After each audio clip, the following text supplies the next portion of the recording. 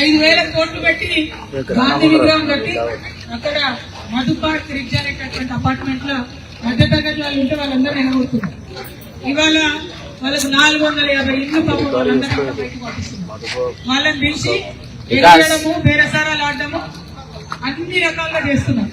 మేము ఒకటే డిమాండ్ చేస్తున్నాం, గాంధీ విగ్రహం పెడుతుంటే మరి ఆ రిచ్ మధుపార్క్ రిచ్ అపార్ట్మెంట్ వాళ్ళు ఎవరైతే ఖాళీ చేస్తున్నారో ఇవాళ మార్కెట్ లో రేటు 15,000 నుంచి 17,000 ఒక్కొక్క స్క్వేర్ ఫుట్ కి ఆడ పెడితే తప్ప ఇల్లు కొనలేని పరిస్థితి ఉంది.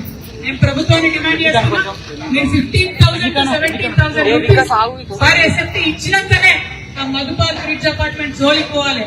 లేదంటే మరి ఇదంతా మీరు న్యాయమైన బంగ్లా అని చెప్తున్నారు, ఇప్పుడు ఇక్కడ కట్టే బంగ్లా మరి ఆ మధుపార్క్ రిచ్ వాళ్ళకి ఇల్లు వాళ్ళది లేదంటున్నారు కదా, మరి వాళ్ళందరూ తీసుకొచ్చి ఇల్లు ఇది న్యాయమైన బంగ్లా అని చెప్తున్నారు కదా.